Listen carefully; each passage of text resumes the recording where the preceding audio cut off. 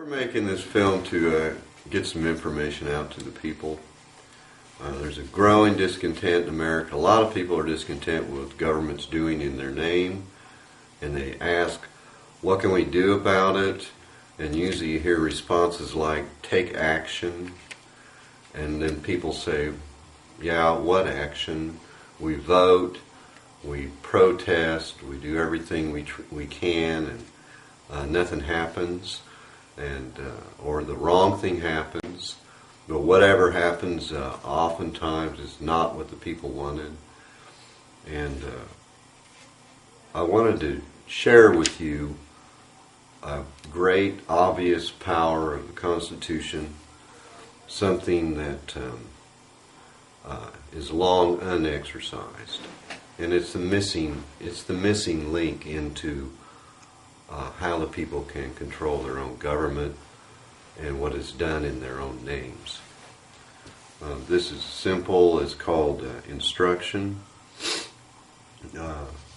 We are taught about different powers we have. We are taught about the power of the vote and the Constitution, the power of the juries, everywhere where the people interact with government. All of these things are forms of instruction. The Constitution is a formal instruction of the people on how to organize a government and what it should do. The jury is instructions given to the government about someone's guilt or innocence. The grand jury is instructions of the people deciding whether to indict somebody. The vote is an instruction on who will go to office. And what is never said is the people actually have the power to instruct those who go to office on what they will do in their name. Black's Law doesn't list the entry instruction. I have my own idea why, but they have other definitions in there. One is called limited authority, such authority as the agent has when he is bound by precise instructions. Another definition is unlimited authority, that possessed by the agent when he is left to pursue his own discretion. So if you have an impression the government is exercising a kind of unlimited authority, oftentimes against your will, oftentimes against the will of the vast majority of the people, it is precisely because they are not bound by precise instructions. As Thomas Jefferson said, when people point to election as the answer to put new people in office, Jefferson said an elected tyranny is not what we fought for. So, the question is, who holds the power? And under this Constitution, and in the beliefs of the people of this nation, it was meant to be the people, not people you elect to send off and do whatever they want to in your name. So, a little bit on the history of instruction. It's a common practice. It has been documented at least back to the Dutch Republic and the Articles of Utrecht in the 1400s. And in the American colonies, it was a common practice for town meetings, for popular assemblies, for people to come together and instruct those they sent off to represent them in the legislative assemblies.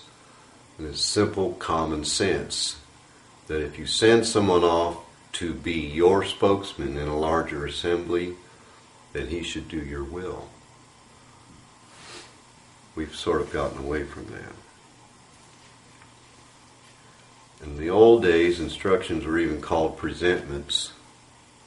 Grand juries still call them presentments.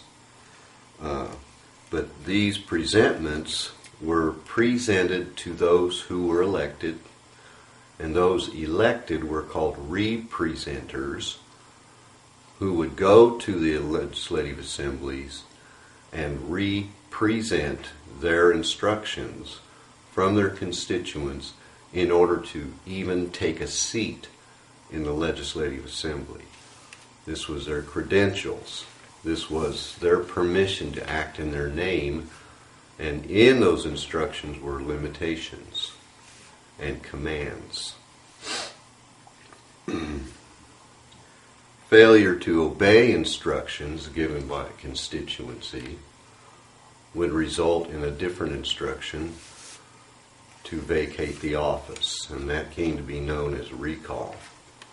This power is inherent in a free people over those who are elected to represent them. And it's so common sense, I can't even find an argument against it.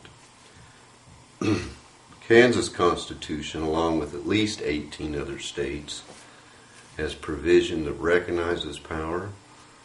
The people have the right to assemble in a peaceable manner, to consult for the common good, and to instruct their representatives, and to petition the government or any department thereof for the redress of grievances. The power of instruction resides in the popular assembly. It resides in the group deliberating over what to do. The power of petition is one that the person makes a request of government, a petition being merely a request. We have lots of petitions going around, and under law, they can be ignored. Instructions are a real power. They can't be ignored. So the practice of the people instructing their representatives in any legislative assembly on any level of government has simply fallen into disuse, and the people have forgotten their most fundamental powers. If the people regain this knowledge, then use this power as guaranteed to them, then they could have a popular government again. They could have government by the people again, where the people give commands to those who act in their name, so that their will is what those representatives do. It goes further than this, because people say, how do we control, even if you could instruct county government, state government, how can you control the federal government in faraway, distant D.C., wherever that is on the dark side of the moon? How do you control what that Congress does in your name? Well, there is a very powerful way that was used for at least 100 years underneath the U.S. Constitution, and for several hundred years before that. Under the U.S. Constitution, the states are guaranteed their power of instruction over their representatives in the U.S. Senate. This is found in Article 5 of the U.S. Constitution, that no state shall be deprived of its equal suffrage in the Senate without its consent. And when senators would not obey, or would not choose to obey, or wanted to violate their instructions, the practice was for them to resign office, because it spared them the humiliation of recall. This was anticipated by the framers of the Constitution, that the House of Representatives would be less instructable than the Senate, because it was a difficulty for the people to so organize to instruct their representatives with binding instructions. But it wasn't a difficult matter for state legislators to instruct their delegates to the union of the states meeting. Their representatives in their union knew exactly what they had to do, or they didn't have to serve. And Article 1 provided for vacancies in the Senate by resignation or otherwise. It provided for vacancies in the House, but didn't mention resignation. because those who framed this Constitution were used to the practices under the Articles of Incorporation of Confederation, and it was a common practice for states to instruct their delegates. So Article 5 in the Articles of Confederation guaranteed those states the right to recall their delegates. That is also guaranteed under the U.S. Constitution because of the 10th Amendment that said all powers not delegated to the United States by the Constitution are reserved to the states or the people respectively. This means, in less flowery language, that those powers that weren't delegated to the federal government remained with the states. And this power was not delegated to the federal government and does remain with the states. And the states can instruct their U.S. senators, and then they can recall them if they don't obey those instructions. The U.S. Senate used to be very much weaker than the House because the senators were so closely monitored by the state legislators. And the people used to elect state legislators based upon who they were pledging to vote for to go to the Senate. The people had more power over their federal government in those days than before they elected the senators themselves, because they were reduced to mere election rather than instruction in practice. The people come to understand the states still have this power. Then what the people do is come together like people always do in dire straits, consult with one another on what to do about problems, and now they can know they have this power over their representatives and instruct the state to instruct the Senate. I'm the former chairman of the Kansas 10th Amendment Society, and we spent a lot of time in front of the state legislature trying to teach them of their own powers over the U.S. Senate. We had some positive results, but generally the problem was they had a lot of political party control over what they did. They were inundated by lobbyists all the time, and weren't certain of how much support they would have in this radical change, you could call it, even though what it is simply an exercise of a long unused power that they've got. And so at that time it became evident that in order to support the state legislators in exercising their constitutional powers, it was necessary for the people to first instruct the state legislators. Then when a state legislature was sitting in his office and the state legislature would debate on what instructions the U.S. Senate should receive, if the lobbyists and the political party bosses and the powers that be came to try to intimidate them, change their minds, bribe them, coerce them, if they had written instructions in front of them, they could say, I have no choice. The people have spoken, this is the will of the people.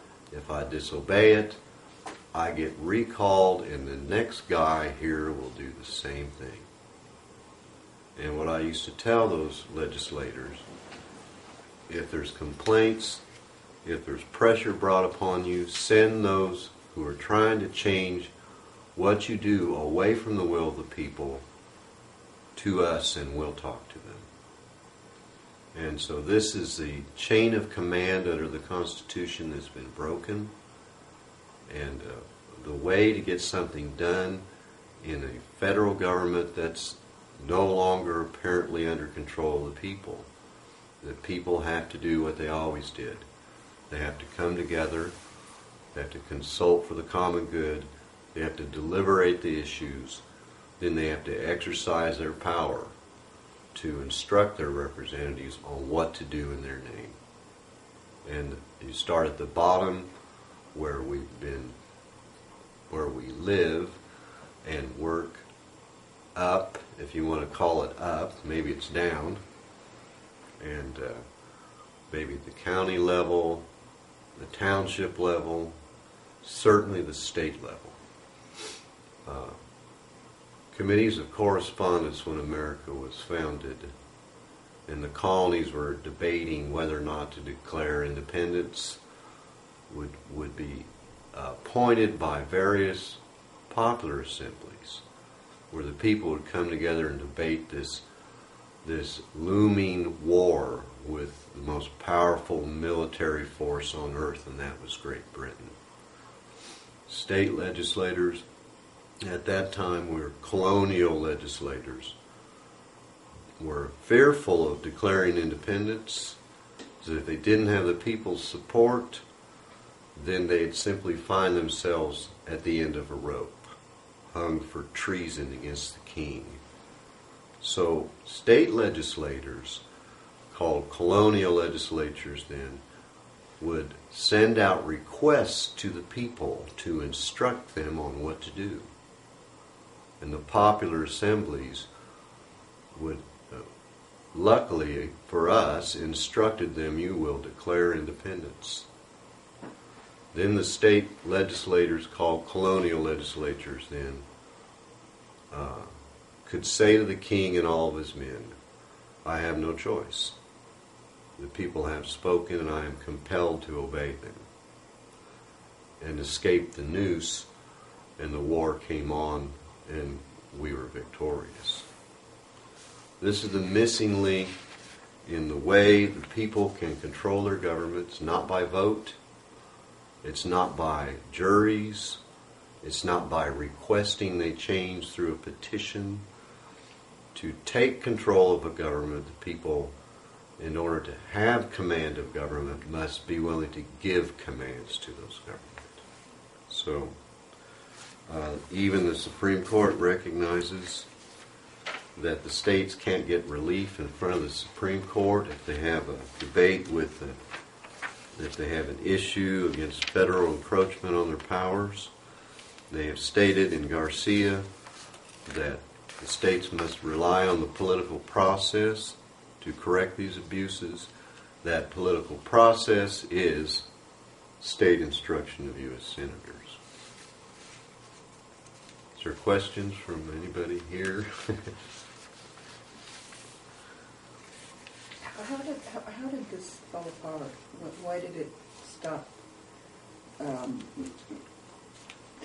Sorry. Why did it stop? Really, my question. I wanted you to address the 17th Amendment and how that. 17th Amendment. And how maybe it fell into disuse with the advent of that. 17th Amendment was advocated by people who, such as John Stuart Mill. By that time, the federal government was already exercising a rather overweening power, and people were elected to state legislatures based upon who they would elect to go to the U.S. Senate, because originally state legislators elected who would go to the U.S. Senate, not the people. At that time, the 17th Amendment was changed the election of U.S. senators to a popular election, was sold as a way for the people to gain more power over the Congress. But the result was the opposite, because a state legislature has all the means at its disposal to control what their representatives in the U.S. Senate do. Now, some will say the 17th Amendment that changed the mode of election for U.S. senators terminated the state's power to instruct their U.S. senators on how to perform their duties in Congress. But it can't, because the final clause in Article 5, as recognized by Judge Perez and by Howard Hazlitt and every constitutional scholar, is the only clause in the Constitution that cannot be amended, and it is the clause that states, no state shall be deprived of equal suffrage in the Senate without its consent. So it is that ordinary exercise of the right of suffrage that Jefferson defined as instructing your representatives on what to do in your name. Since it can't be amended, if the 17th Amendment is construed to have ended that power, then the 17th Amendment falls as not an amendment to the Constitution, because the final clause in Article 5 is the provision that no amendment can change. It's in the amending clause of the Constitution. And those who don't like that kind of government, Henry Hazlitt was one, he was a parliamentarian, condemned it, but he described it as something that could never be changed, could never be done away with, and protected a terrible system, what he called a rotten borough system. When in fact it is the most important and powerful clause in the Constitution to control the Congress by the will of the people through their state legislators. And this was a great debate in the Constitutional Convention in Philadelphia. Some wanted to centralize all power in the federal government for good motives or bad. Others were fearful of centralized power in the federal government and insisted the states' power over their U.S. senators and Congress be protected for all time. Well, that made one of the few issues that caused an impasse in the Constitutional Convention in Philadelphia. And this clause was tabled so they could get on with the other businesses, other articles, other provisions in the Constitution, because they couldn't come to an agreement. The final clause engrossed in the Constitution was this Article 5 provision for the states over their U.S. senators. They had to give in, or the Constitution would have never happened. And I think we should be thankful. So this is the missing link, that and popular instruction from the grassroots up through the states to the federal government, where the people can take control of their government again.